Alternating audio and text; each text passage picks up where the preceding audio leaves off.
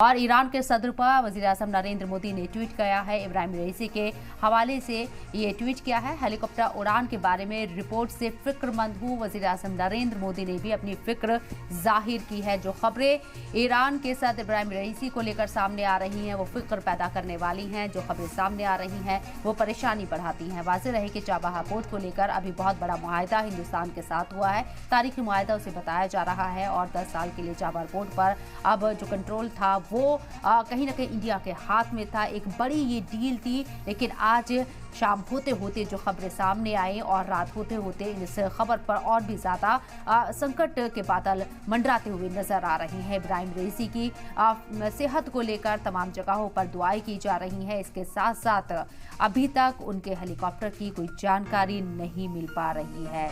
आपको बता दें कि ईस्ट के दौरे पर थे, अजरबैजान के पीएम से वो मिलने के लिए जा रहे थे अपने दौरे के मुताबिक, और वहाँ ये हादसा होता है।